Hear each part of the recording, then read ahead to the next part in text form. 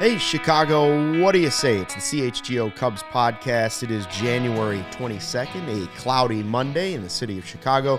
Luke Stuckmeyer, Ryan Herrera, Cody Delmendo. We've got lots to talk about. We're going to declare this Cody Bellinger week. I think you've already declared it. We've already done it. It's a thing now. You've declared it. We're going to look at the Cubs' big three. Who might those guys be? Who might they be in the future? And we've got a little mixed bag, but we, of course, want to start with the news that everybody's talking about already in the chat. Moments ago, Cubs Hall of Famer Ryne Sandberg announcing that he is undergoing cancer treatment for prostate cancer right now.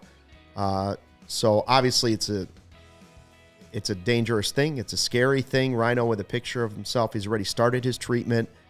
We obviously wish him well, and we hope it all goes well, and we hope they caught it early.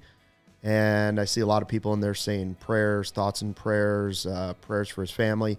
I will say for me personally, like one of the, I've been very fortunate to meet a lot of people like over my career.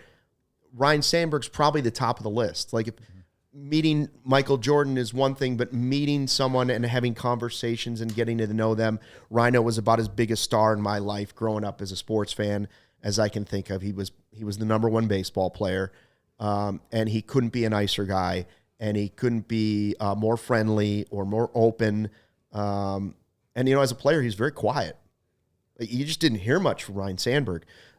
So it's one of the things I've enjoyed most about my career is just getting to know him a little bit, hanging out a few times, and he is a genuine good guy who happens to be a Hall of Fame baseball player. So, well wishes for Rhino.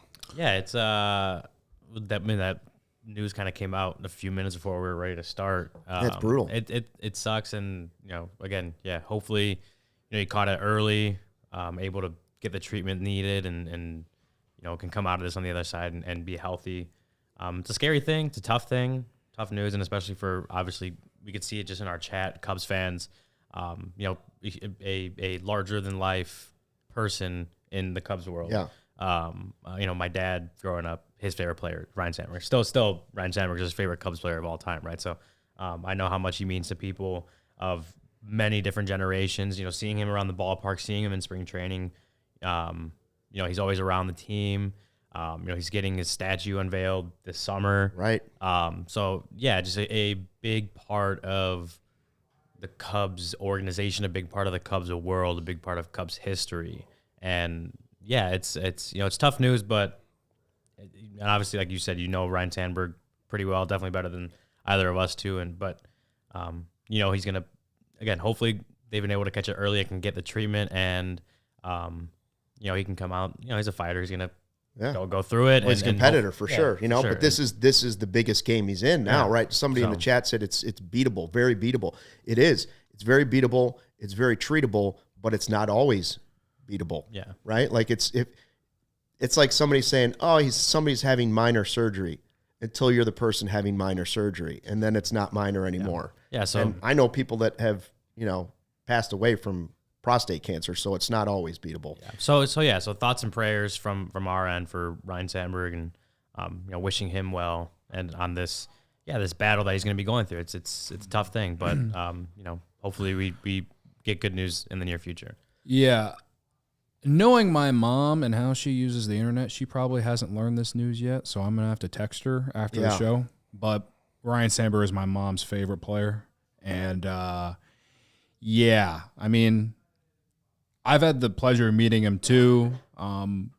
Not like the way Luke has in terms of through media, but just at Cubs convention. And, he'd stand there and sign all these things. And it's like, and I'm not saying this as part of the bit, but it's big of him to do a lot of that stuff considering he is a baseball Hall of Famer and all these things. But I think one of the things that I've always appreciated about him is that even though he's been retired for multiple decades and everything, he's remained in the Chicago area. Like I think he lives in like Lake Bluff. Yeah. So, he's a Chicago guy. He's one of us, one of all of us, in a way more so than just the fact that he's a Hall of Fame player for the Cubs. And so, yeah, I'm wishing him well because cancer sucks, man. When he was the manager in Peoria. Oh yeah, I forgot. Traveled around with him for a week, right? Like when he was some of these minor league manager, and this is just describes him as a person. He didn't have to do this, but he was the biggest star, obviously, in Peoria. It wasn't the players coming up. And he wanted that attention to be on the players. He wanted them to receive that, but at the same time, he stood there and signed autographs for anybody that was willing to make that drive to Peoria or wherever. It was, they played the Whitecaps. I don't remember what town in Michigan that is, Kalamazoo or something like that. But he just stood there by the third baseline and he signed autograph after autograph after autograph. And he had a job to do. So, wishing the best for him. One of my favorite stories, my dad's going to hate me for talking about this. My parents went down to spring training one time. I don't know how long ago it was, but that, the kids line up by the third baseline and like get autographs and players come, but like Rhino did. And I think my dad had his Ryne Sandberg jersey on and he took it off and he was like kind of lined up with all the people waiting. And Ryne Sandberg, from what my mom told me, Ryne Sandberg like was going down the line, got to my dad and my dad just froze. They didn't like stick the jersey out to get inside. Didn't say anything. So Sandberg just went right past him and kept signing autographs for everyone else. And like we still give my dad crap for that. Yeah. Because it's like this is his favorite player of all time. Like the one chance he's gonna have, unless he goes to Cubs convention or something, the one chance he's gonna have to get Ryne Sandberg's autograph, and he just freezes. So I think that's, I don't know, I guess that's what, in a personal way, that's what he does to people, is he makes them freeze. He's a huge name that again, like I said, generations of Cubs fans know.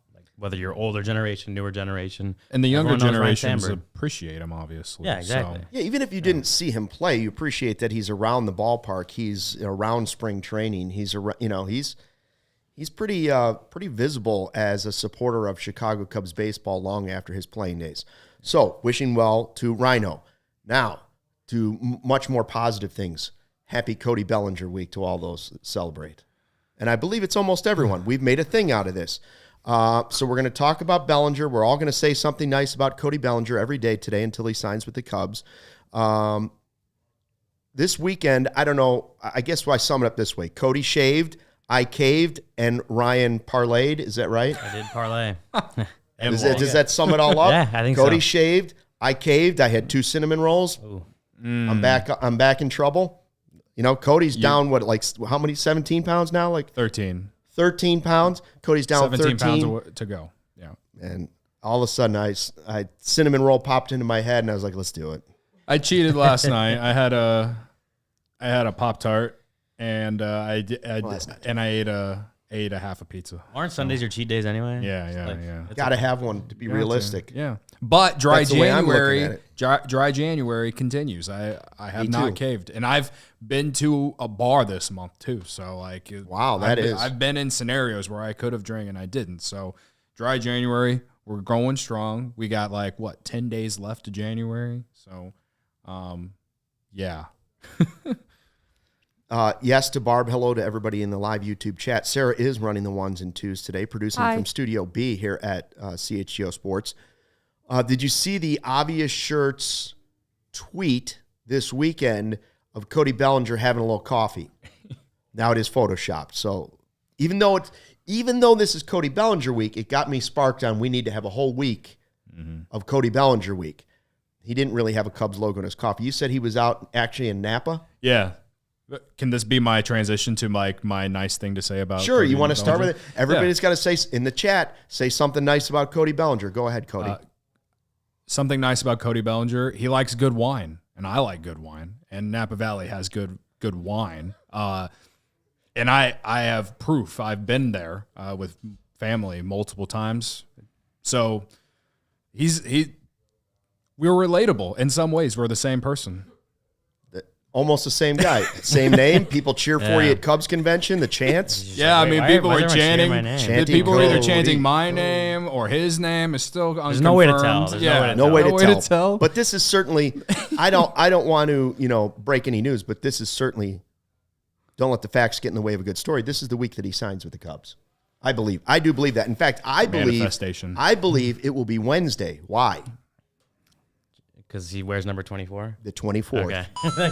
I just put that together. Cubs are waiting for it. They're like, let's hold on to this till Wednesday. I'm going to have to disagree. I think from what we've heard and just kind of the feeling, it's going to be February. Are you at some point. You're going to sit here and poop on Cody Bellinger I gotta disagree. week? I'm allowing you. What kind of dirty diaper is this you're delivering? I'm allowing you to make this Cody Bellinger week. Like you declared it. You declared it the same way Michael Scott declared bankruptcy. You declared it. I just got to disagree, but it's always nice to disagree. We can't always agree on everything on this show, Luke. Have it be noted out in the Twitter space that Ryan Herrera is against Cody Bellinger to the Cubs. Okay. Don't let the facts get in the way of a good story. Eric in the live YouTube chat says Cody Bellinger hates the wave at Wrigley. That's his positive thing. There you go. Mike Dubbs says Cody Bellinger's favorite player is Jose Cuas, and now he's mine. Yes, Dubbs. Corey says $24 million per year on 1/24/24. Makes sense. There you go. That's what I'm saying. That's what I'm saying. Manifestation. This is happy Cody Bellinger week. My favorite thing about Cody Bellinger is the way he approached the game in a prove-it year, a contract year, the way he approached the game with 2 strikes. Yeah. Because I think it was not only obviously great for the Cubs. In the long run, I think it was good for him, although it skewed his stats, the power stats a little bit. So now everybody's like, oh, I don't know about the contract. The numbers weren't all the same. But it's something he was trying to do to help the team be better, and it did. And it was, you don't see a guy who was an MVP just be willing to slap the ball the other way and change his swing. And so I thought my nice thing of the day to say about Cody Bellinger is his 2-strike approach in a contract year. Very admirable. Yeah, I remember talking to Dustin Kelly about that, Cubs hitting coach, during the season, and it was like that. It was like he's just like you get down to 2 strikes, right? And we're in this era of baseball where the 3 true outcome is still around, right? Like it didn't go away just because of rule changes. It's become a 3 true outcome league. But Cody Bellinger is someone that's willing to sacrifice power, barrel rates, or whatever that stuff is to go and get the bat on the ball and put it in the play. We talked about it a lot throughout the season because you could see it even without looking at the numbers. You could see Cody Bellinger being willing to sacrifice a little bit of something to get the bat on the ball, maybe get a blooper to the outfield or a ground ball at the middle, whatever it is, you could see it. And so I think, Cody Bellinger's his willingness to change things up in a 2-strike approach, just because in the end, it's for the betterment of the team, right? So just for the betterment of the team, I think that was always a very admirable thing, and he did it well. It wasn't like a thing he tried and didn't have much success at. He did it very well this year, and that was like, I think that's part of, you just look at why Cody Bellinger is such a good hitter, because he's able to adjust himself and his swing and everything depending on the situation. I thought that was really good about him. Exit velo be damned. Who cares? Sure. Who cares? You got a hit when they needed a hit. And I wish it were contagious, right? Yeah. Like, I hope there's some other players who saw that last season and now will go into spring training with the same approach that Mike Tauchman was talking about with Yan Gomes, how he watched him do that. I just need to get a hit, and he practiced it every single day. I'd like to see some Cubs players at spring training go with that approach. I've got 2 strikes against me. I don't have to swing for a home run. I don't have to look for a double. Put the ball in play. It's open. Change your approach a little bit with 2 strikes. This is like what you're explaining is what makes Cody Bellinger puts Cody Bellinger on a different level to, like, your average major leaguer, right? Like, it's very rare to find a guy who can hit for power like he can, but also just in general be a professional hitter, right? Those just don't grow on trees. When you have them, whether you develop them or you sign them in free agency, like they did Cody Bellinger, for example, they bring a lot of value. And so, I'm we all know Jed and Scott Boras are just staring at each other, stalemate, The Office style. Michael Scott, Dwight, and Andy Bernard just stalemate. I guess the Blue Jays are the third person, the Andy Bernard of that scenario, and it's just going to come down to who's going to break first. And who's Pam? Maybe the Giants. I don't know. As they slowly leave out the bag. Yeah. All right. My nice thing about you are going to say something nice. I didn't say anything not nice about him. If anything, you pooped on him being willing to go till February is me saying he's a smart person to go and get the best deal you could get. But my nice thing about Cody Bellinger is I always enjoyed. Well, obviously, I going in the locker room and being able to talk to him pregame, postgame, whatever. But you always get the sense that he never rode too high during the highs and never fell too low during the lows. Right. And he didn't have a whole lot of lows last season, but he did have. He wasn't hurt. The at injury, all. Yeah. the maybe the first couple weeks of May, he had was a little more of a struggle compared to April, but he never really got too high when things are going great. It was always kind of the same message, the same mindset. And I think that comes from, obviously he had pretty deep lows the last 2 years, 2+ years before this last season with the Cubs. Like he went from MVP, like Rookie of the Year, MVP, World Series champion, to a guy who got DFA'd by the Dodgers because they didn't want to pay him 17 or whatever they would have ended up having to pay him $19 million, whatever it was.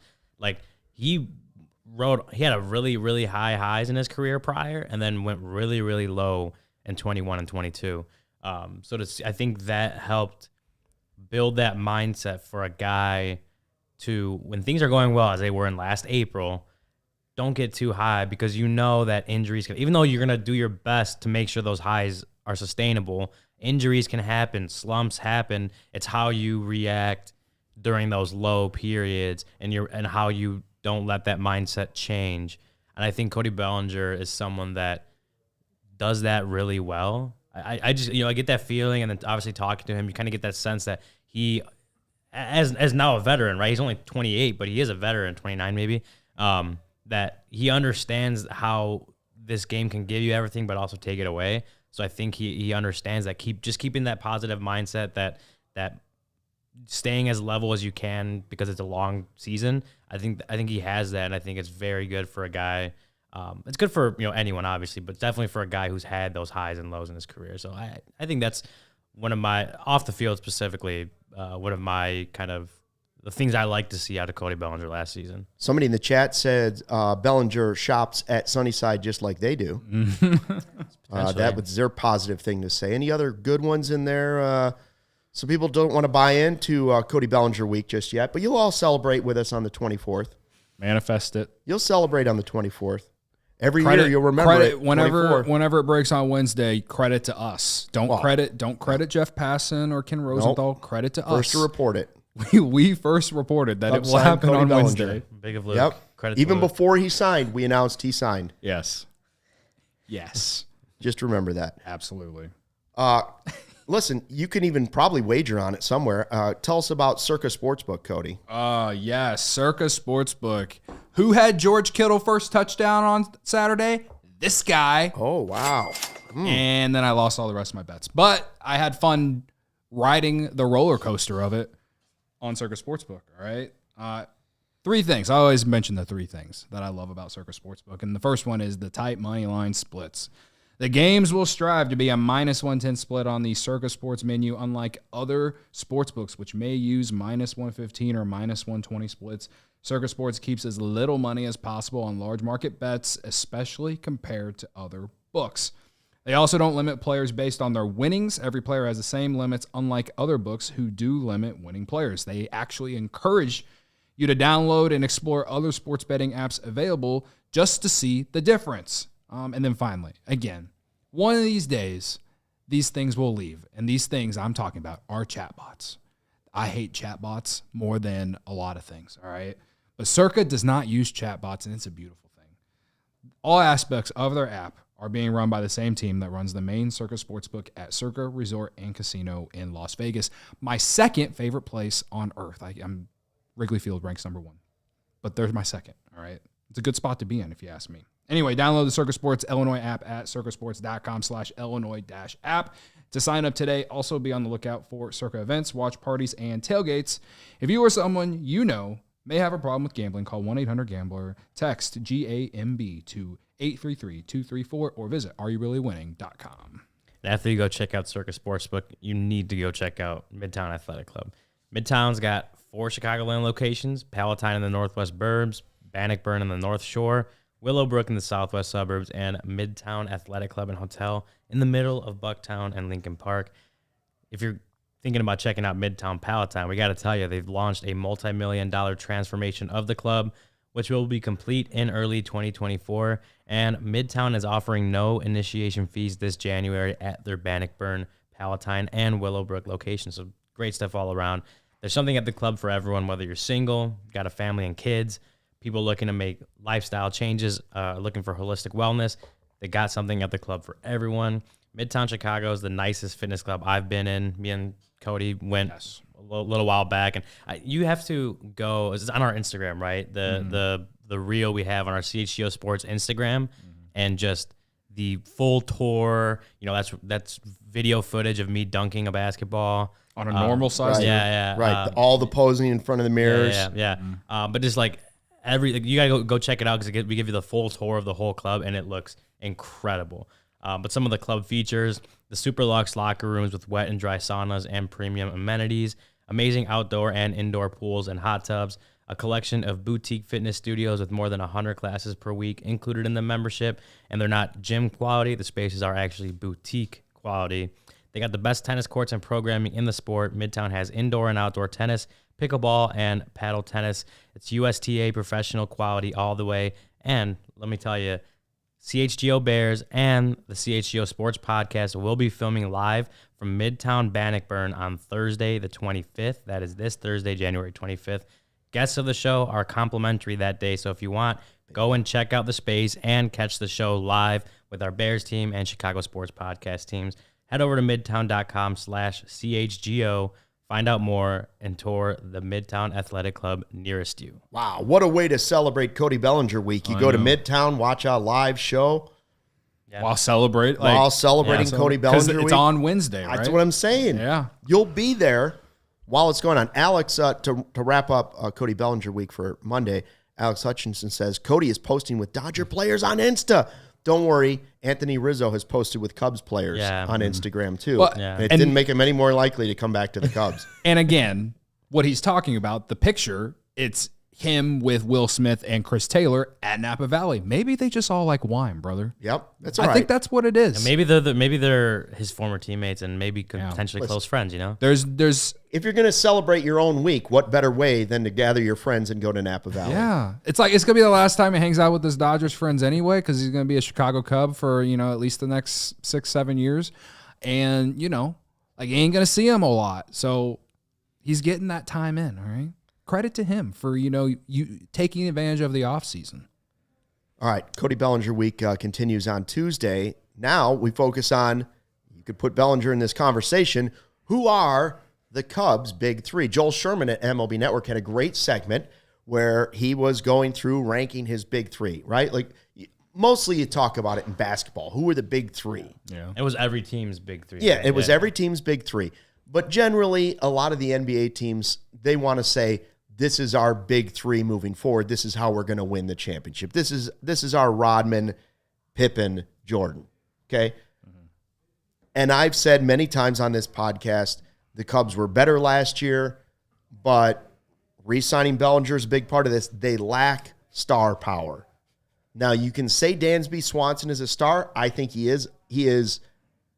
He's not a top 10 baseball star. Like, he's not a superstar in baseball, but he is a star-type player. But when you start looking at what some other teams have for a big three, and I don't think it's as important as it is in basketball, a big three, obviously, because there's only 5 guys on the court at a time. I do think you have to have that star power. So Sherman started doing this. Now, he says his was sparked by the Dodgers signing Ohtani, and he said, okay, Dodgers are number one. They've got Ohtani, Mookie Betts, and Freddie Freeman. It's tough to beat. The Cubs can't match that top three. Tough to beat. Even if they sign Bellinger, they're not matching that top three. Then he goes Braves next, Acuna, Olsen, and Riley. Some people are saying maybe that could be one. Number one. Yeah, and I can make You can argue that. You can argue that for sure. the Acuna just Yankees. won the MVP. He put the Yankees third with Judge, Soto, and Rizzo. Now, obviously, he's talking about hitters too. He's not talking about a pitcher. So Yeah. I'm not going to say I want to put Justin Steele Yeah. in my Cubs 3. Because if you're going pitchers, Garrett Cole would probably be in there over Rizzo. I think you would have a whole nother big 3 just for a pitching staff. Like if you want to do 2 starters and a reliever, we could have that podcast next week. Who's the Cubs pitching big 3? He then put Astros, Alvarez, Tucker, Altuve, and the Rangers, Seager, Simeon, and Garcia, leaving Harper, Real Muto, and who am I leaving off on the Phillies? Turner. Yeah. At number 6, I think it was, which is, and Bogarts, Machado, Tatis. Like some of these teams have Good big 3. Yeah, you could go from big 3. really, you could go from 1 through 6, and you could move guys around and say, okay, that's a big 3. So who are the Cubs' current big 3? Well, related to the actual list, I just want to say that I think the Astros should be ahead of the Yankees on this list. But I would agree with that. Soto and Judge, it's Rizzo. No disrespect to Riz. Well, Riz is coming off a season where he didn't play like the last 3 months because of that concussion, right? So, like, can he get back to even the form that he was the year before? Because he was having a great year before, that concussion, right? But is LeMahieu an argument for the? No, not at this point. Imagine not having not now. Not now. Imagine thinking like 3 years ago and saying Giancarlo Stanton's not even in. Giancarlo Stanton's. I mean, he's getting paid a lot of money to really suck. All right, but whatever. Anyway, Alvarez, Tucker, and Altuve to me are better than those 3 that he put. But he's a New York guy, so I see the bias. As far as the Cubs, I would go.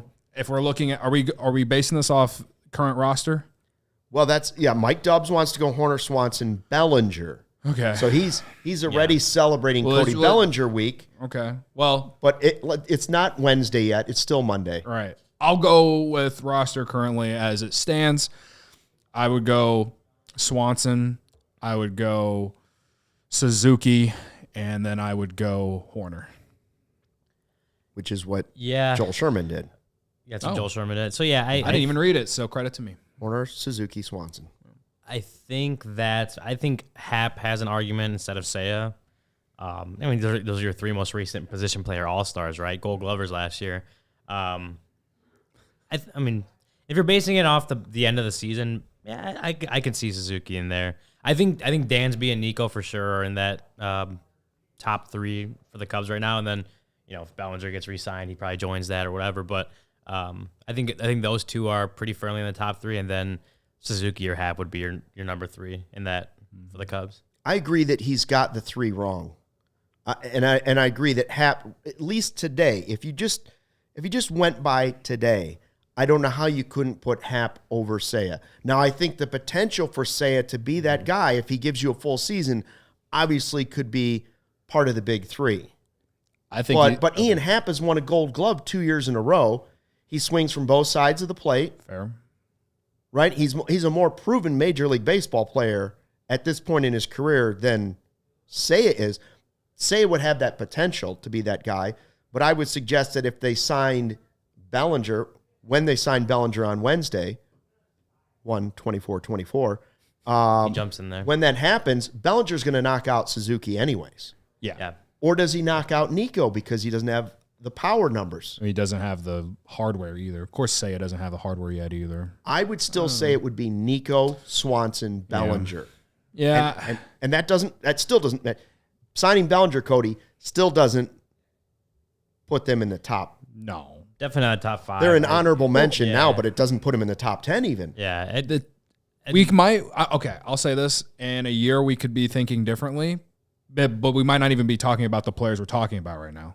But right now, as it stands, yes, like the guys that we're mentioning, they haven't done enough, except for Swanson, but most of his successes came with the Braves because he only has 1 year with the Cubs, which hasn't had any success outside of him winning a Gold Glove and missing the playoffs by a game, right? So, and his offensive numbers are basically the same as his entire career. But the reason I say Suzuki, I guess I'm thinking of it going into 24. I just think he has the higher ceiling. I think he can be a better player than Ian Happ. That's the way that I'm looking at it. I agree. I think he can be too. I'm just saying if I'm basing it off of where their careers are at right now.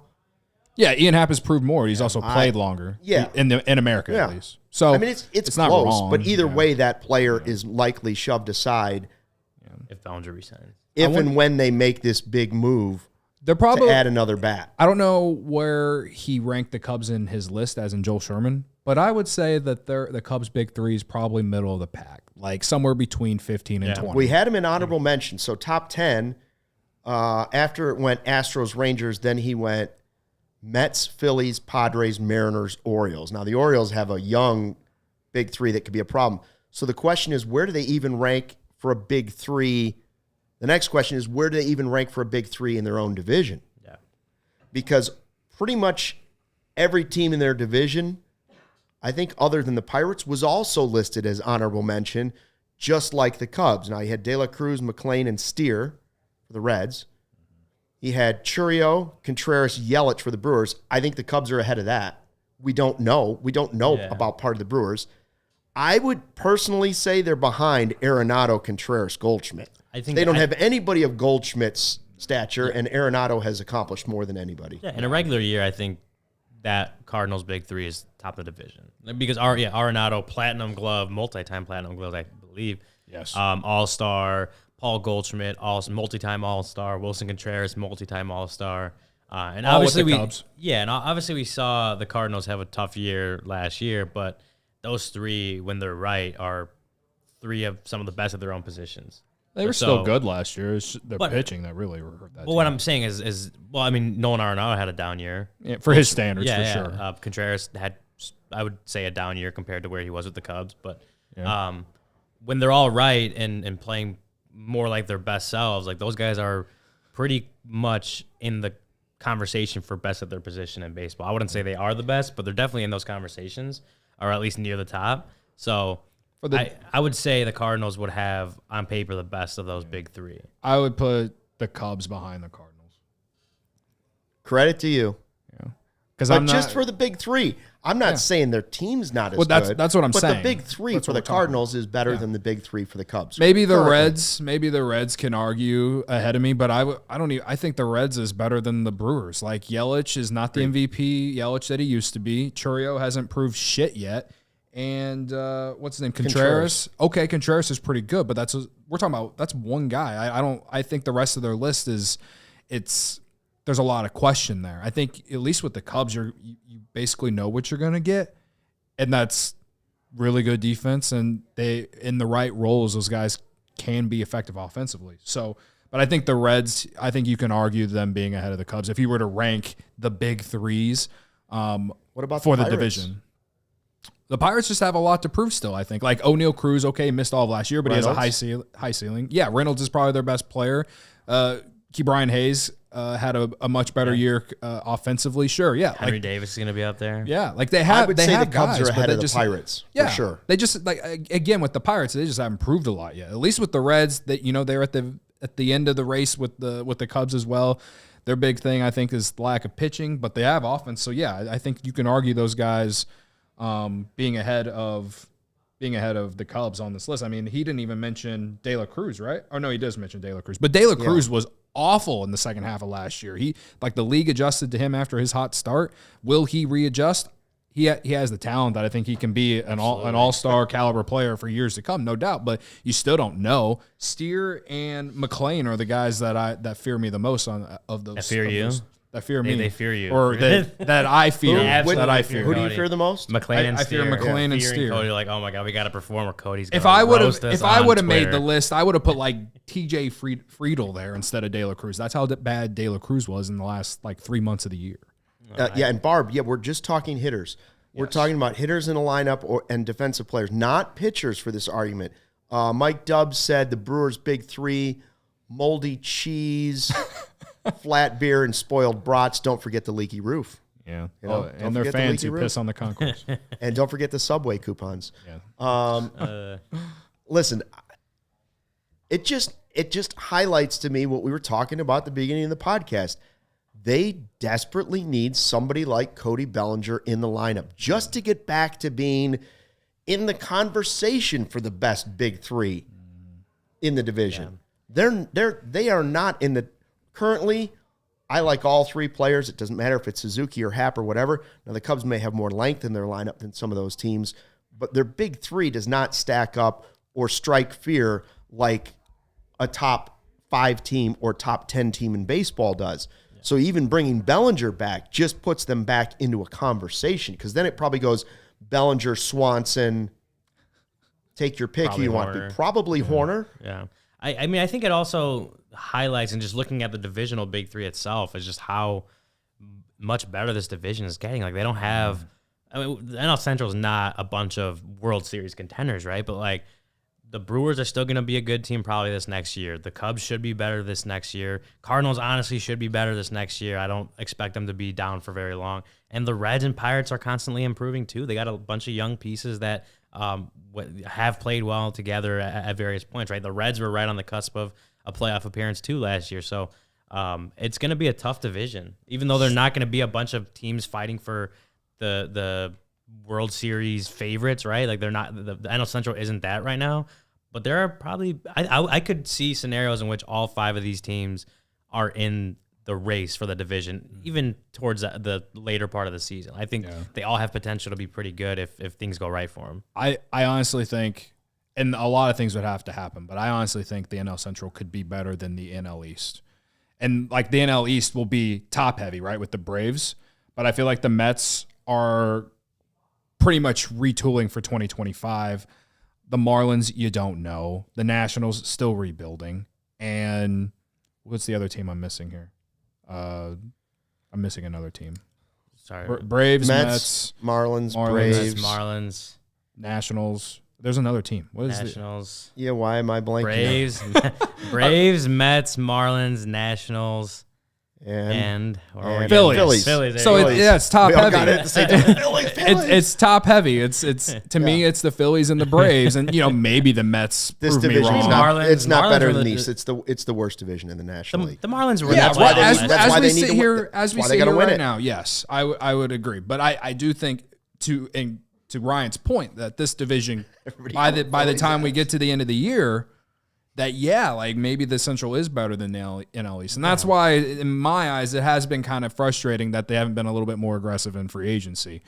But I'm willing to wait it out. And that's what I'm saying. Like, we can get post All-Star break, and all 5 teams might still have a shot at the division, right? Like, I like, even if it's the Pirates end up in last place or something, like, I think they could still be kind of fighting in there even towards after the All-Star break. I think all these teams are not great world beaters, but I don't think they're all bottom of the barrel teams anymore. Everybody in the chat screaming Phillies, and then Barb says, "Did they take edibles today?" Nope, it's just a slow Monday, Barb. Just a slow Monday. Yeah, again, to reemphasize, I do think the NL East is better right now. I just think that there's potential that the Central takes a big step this year. Okay, one more question then about the big three, and somebody asked, are we talking about just hitting, or I'm factoring defense into it a little bit. Yeah. So that position players. It's into it a little bit. So that's why Aaron Judge may not be as powerful a big three as what the Dodgers have, because I think their guys are better. One of them's a DH, but still.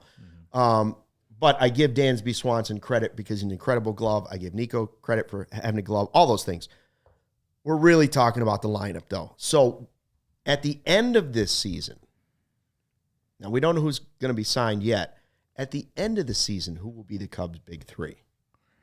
If it's currently Suzuki/Happ, Nico, and Dansby, or if it's currently Bellinger, Swanson, and player X, what do you think the big three might look like at the end of 2024? Suzuki, Bellinger, Matt Chapman. Whoa! You think they get Matt Chapman and Bellinger? I'm just spewing. I'm just spewing. But if I'm they talking had out Chapman, my ass. You're thinking Chapman could knock out Nico, and it might be Swanson, Bellinger, Chapman. And I'm not saying that I want this. I'm just saying, like, I'm throwing this in. I'm throwing this scenario out there of like, what do we think with glowing? That? You know what I mean? Whatever. Don't let the facts get in the way of a good story. Gary says Bush, Slaughter, Amaya. He's just leaving. Or we could go Bellinger, Suzuki, and then prospect PCA. What if somebody like Bush or PCA pushes their way into that top 3 somehow? Right. Yeah. Bush, I would probably lean Bush over PCA, but I think PCA can make a bigger impact that we can't really measure. It's just thoughts in our head. Look at Carlos in the live chat. Seiya, PCA, Bellinger. Yeah. So he's taken out Dansby and Nico. I could see Seiya being a big 3. Yeah. I mean, there's a reason that I put him there instead of like what you guys did. I could see Seiya being a big 3 at the end of the season more than Nico being a big 3 at the end of the season if things play out. You know, he's just got a higher power potential than Nico does. Yeah, I think that's kind of where I'm at. I think Bellinger. I'm not taking Swanson out of the big 3. I think it's Bellinger, Dansby, and Seiya might end up being their big 3 at the end of the season. I mean, look, I think they're going to have obviously prospects debut and come up and contribute this year. Like PCA is going to be up. He may not be up opening day, but he's going to be up at some point and contribute a lot this year. I just don't know that. I expect Cody Bellinger to at least stay relatively similar to what he was last year. I expect Dansby Swanson to keep doing what he's doing, and I expect Seiya to have a much more consistently good season. I think we saw that for 2 months at the end of the year, and I think that can be Seiya for a full season this year. Not specifically at that level, but just consistently good. So I think I can see the end of the season being, obviously if they re-sign Cody Bellinger, that's their big 3. It's Cody, Suzuki, and Dansby. I think that has a good shot of being the big 3 at the end of the season, with potential for next year some prospect or two. Alex wants PCA. I like Luco's comment. He says we haven't mentioned Morel once. That's what I was just going to say. Mm-hmm. I just saw Morel for the first time in the chat, and then a couple other people started to mention him. Yeah. But what if Morel gets enough playing time, whether it's DH, third base, whatever? What if he gets enough at bats that they don't have a 40 homer guy? What if Morel starts to provide that power even more successfully than he has given us the glimpses of this great power, but also with the strikeouts? If he's able to harness that somehow, it's not unthinkable to think that it's Bellinger, Morel, and Swanson, or Bellinger, Morel, and Suzuki. There's so many variables. What if Bush turns out to be the prospect they hope they traded for? Mm-hmm. Yeah. Well, I mean, and big of me to admit this, I did forget about Morel, and I think everybody did, which is crazy. The scenario I threw out there was them signing Matt Chapman and Cody Bellinger. Well, that's a dream. Like, I don't even think it's a dream scenario. It's just more of like it's a scenario I've thought about.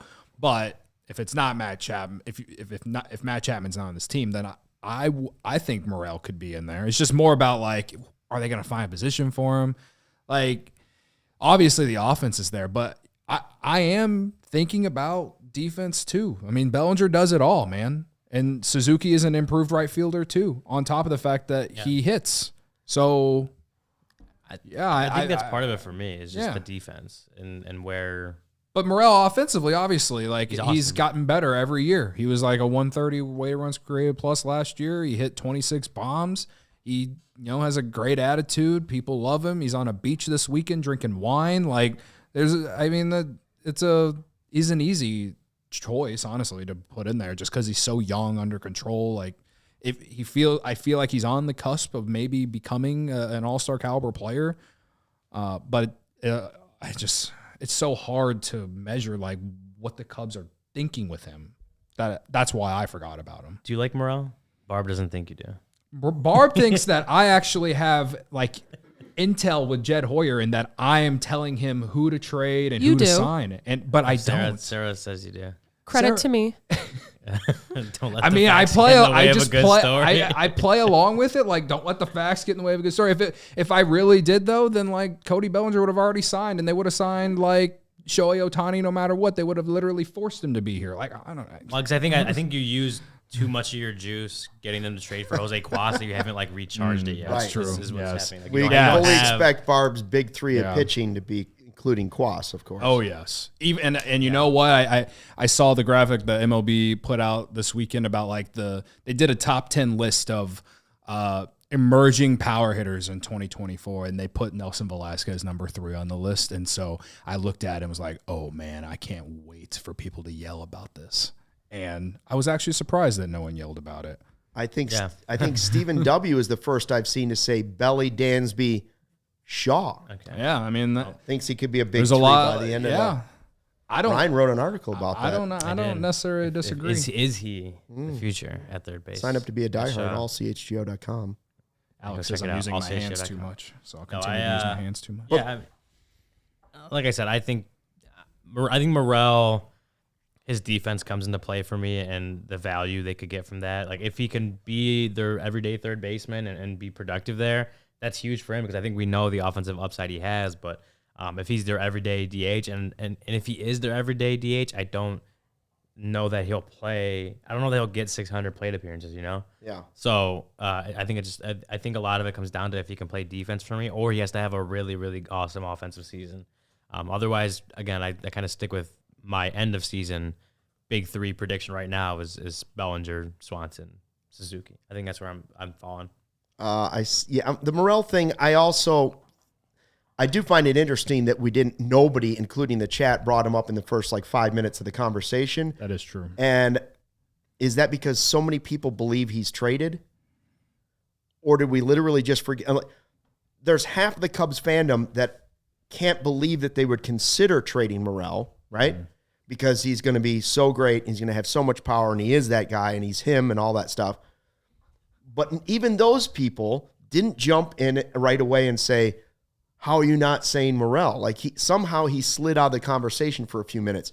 I did see. I guess Isaiah Hurtado said only in this. Oh, you're already scrolled past. You're right there. There it is.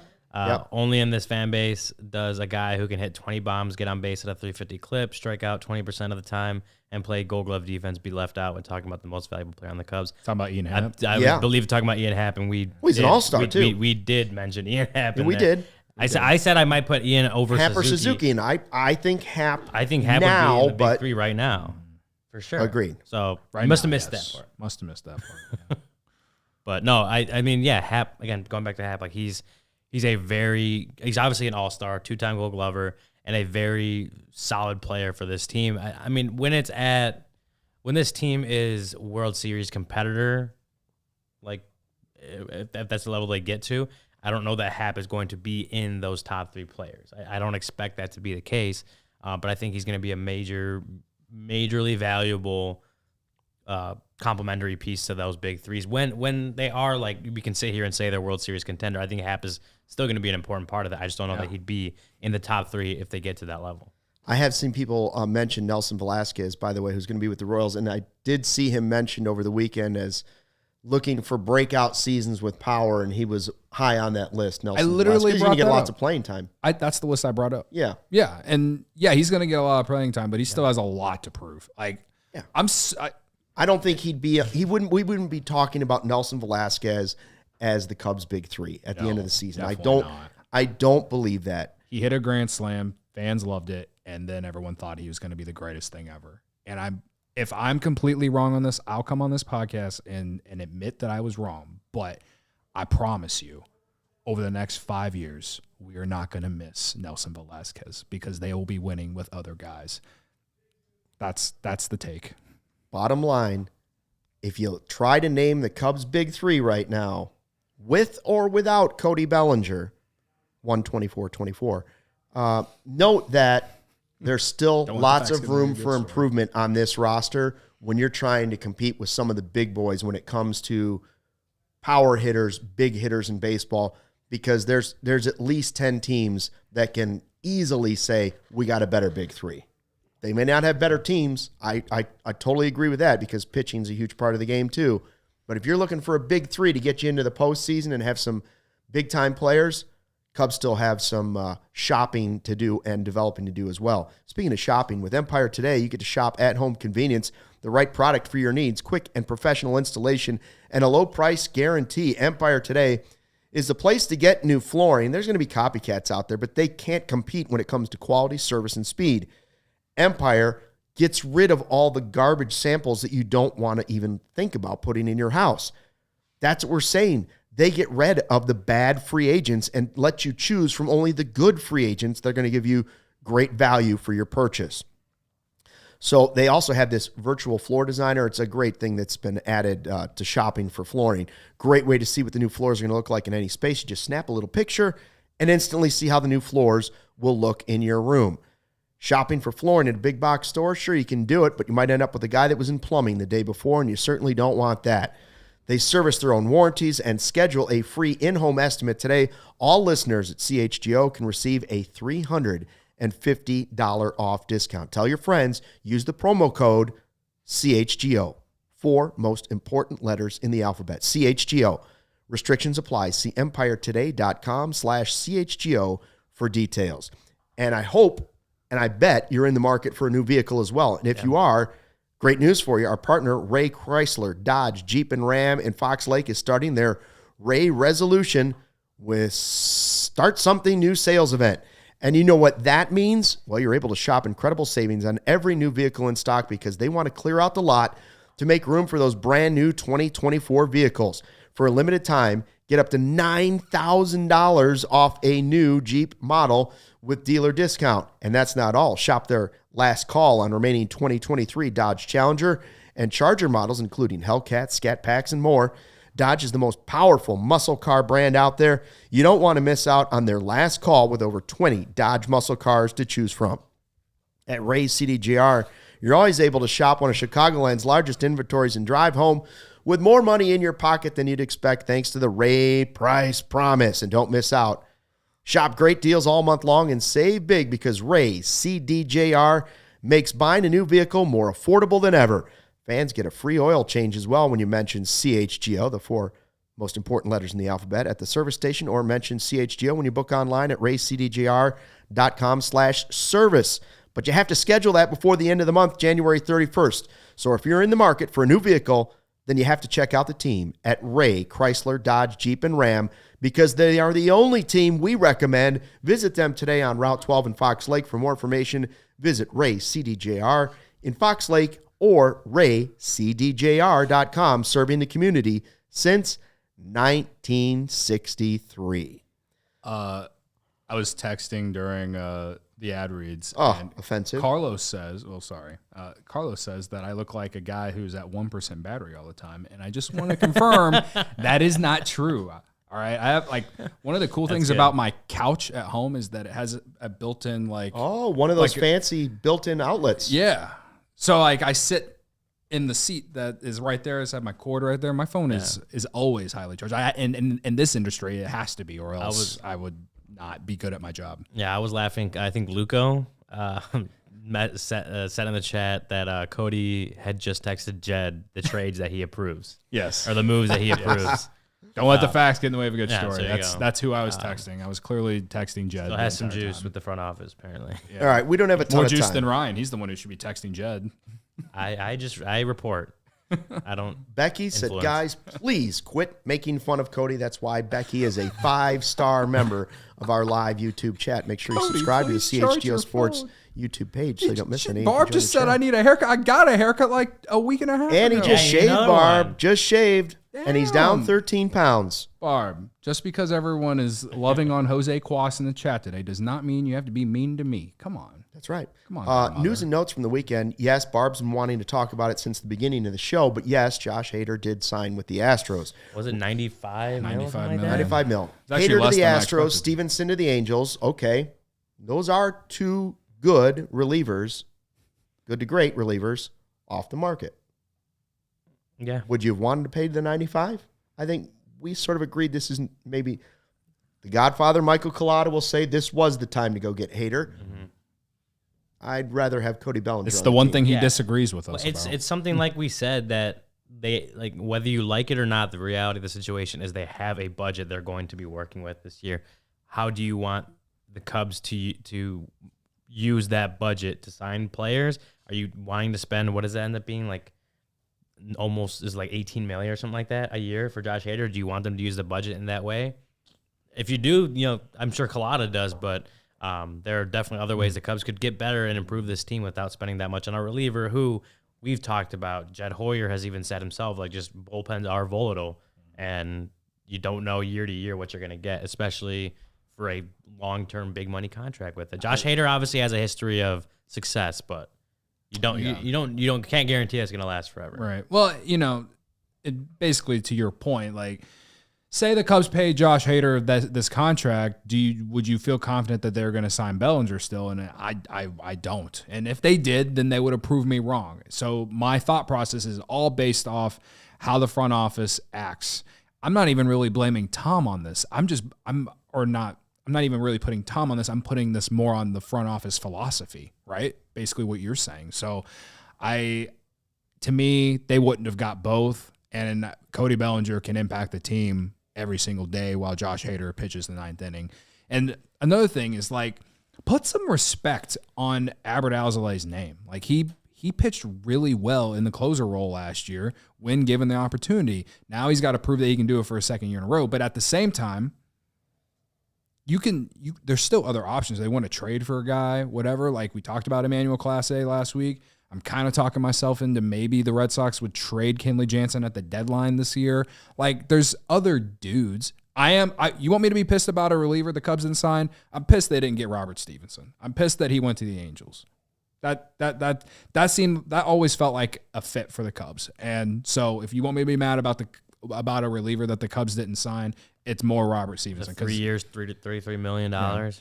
I mean, again, it's a lot of money for a guy who realistically had a awesome last half of the season, but was himself volatile for pretty much the rest of his career. And that's a fair point. That's where I come from is he absolutely is a good fit. He's a great fit. And he had a really awesome, he was one of the better relievers in baseball for the last 3-4 months of the season. But that is a lot of money for the investment. So it's that balance. It's that balance of how much do you really like this guy versus how much do you really want to pay him based on past history. Yeah, Hader would shove in your bullpen. He would. But nobody would shove in your bullpen more than the ass man.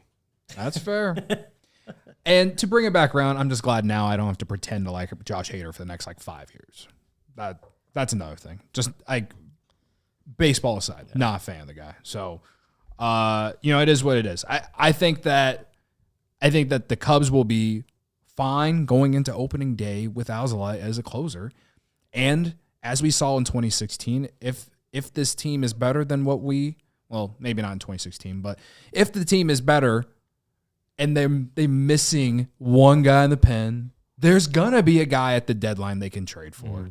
I've never liked the idea of investing all this money and years into a reliever. The Craig Kimbrell project was a disaster, and the Cubs got lucky that he was good for a half a season in 2021, and they were able to make a trade, right?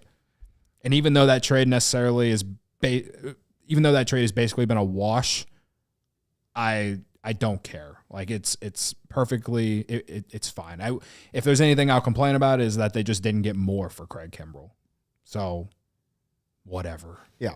Other quick notes: Mike Tauchman inducted in the Bradley Hall of Fame. Congratulations. Jameson Taillon married over the weekend. Congratulations to him. And I have a note to tell you about. But first, Cody, tell us about ComEd, because it's important this time of year to know how we can help our environment. Yeah, it's getting easier for businesses to switch to electric vehicles. That's something we can all get behind for the health of the planet and for the well-being of all of us who share it. Yeah, the electric grid is evolving to meet your cleaner energy needs as we move with confidence toward an electric tomorrow. Whether you have a one delivery van in your fleet, maybe you got a whole fleet of shipping trucks, ComEd can help guide you to make the changes that make sense for you. Yeah, so what should business owners do, Luke? Go to ComEd.com/clean to learn more about the resources, fleet rebates, and infrastructure incentives available to help businesses go electric. If you own a business, don't wait. Start making your plan today to switch to electric vehicles. Good for business, good for the planet, good for all of us. Go to ComEd.com/clean. I'm just laughing at all these comments in the chat, Luke. Did you say ComEd.com/clean? You bet I did. Go now and see how electric connects us to a better way of doing business and a better future for generations to come. Alex says he wants me to admit if I did or didn't get mugged on the bus and got my laptop stolen. He's an iPad guy now. I have been in my iPad era for a while, guys. Now, and a stand. to go with it. He bought a special stand. Yeah. I appreciated the stray ass man reference, by the way. Just I don't know. I think we're underestimating what he could be for the bullpen. Now he might be your number 5 starter, but he also could be the guy you saw in the World Baseball Classic for sure. That was shoving. Yeah, it's just out of nowhere. I root for the ass man for the sheer fact that we call him the ass man, and we started it, and I've seen people using it on social media. It's one of the best bits that this podcast has came up with. Speaking of credit to us, credit to us. You know, we're humble. If we're anything, we're humble. There was a comment on one of our shows. Oh, yeah. I don't know if Sarah can find this. Corey pointed it out. It was on the Friday show after Corey and Brendan. There you this go. one. And boy, I don't know if I can read that. Oh, now I can read it. It's larger. KN Leon Hart says, I can't say which version of this podcast I love the most, but it's so refreshing that the Friday version is always so different. I also don't know how CHGO makes it work, having highly produced shows with so many fine gentlemen 5 days a week. I never thought I would become invested in sports coverage like this, but it came out of necessity of having so many dull work hours without a game to listen to. So credit to all of you for the consistency and companionship through what is turning out to be a pretty difficult winter season, for numerous reasons. Shout out to you. Shout out. Why we do it. Leon watching Hart. and listening. Appreciate you, man. Ken Leon Hart. Ken Leon Hart. Credit to us for being humble enough to point out that comment was left. Credit to us for being all different, which brings a different version of sports fandom to other people. Yeah. Right? Credit to us for giving them credit for giving credit to us. We're pissing off the guy who hates the big of me. Credit to you, Bit. Anyways, happy Cody Bellinger week. We are underway. We'll see you back here Tuesday for another live show at 1:30. We continue our Cubs conversation interviews. Do we want to announce who it is, or should we hold it? Because it's a big one. Well, you're going to be talking about. You're going to be comparing the height between this guy and Ryan. Yeah. I think I just gave it away. It's a fun interview. I'm going to tell you that. That's the way I'm going to tease it. This is a fun interview, and you're going to hear it on Tuesday, as long as, Cody Bellinger hasn't signed 1 day early of 1/24/24. Sure. So until then, thanks for watching. Enjoy your Cody Bellinger week. And until Tuesday, thanks for watching, and fly the W. We